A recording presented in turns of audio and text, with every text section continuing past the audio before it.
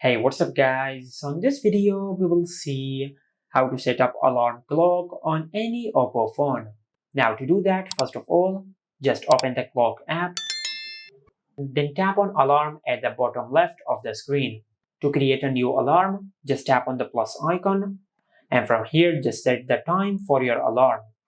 Now from here, just select the days of the week when you want to repeat this alarm. By default, it is on ring once, or you can select work, and from here you can select the specific days when you want to repeat this alarm.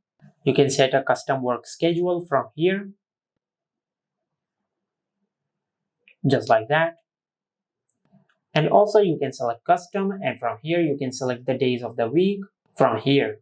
Now after that, you can name this alarm. For an example, I will name it morning. And if you tap on ringtone, you can select a ringtone for your alarm. Now just select allow, and from here just select a ringtone. For example, I would select this one. Now after you select a ringtone for your alarm, from here you can enable or disable vibration when your alarm rings. And also you can set a time for snooze.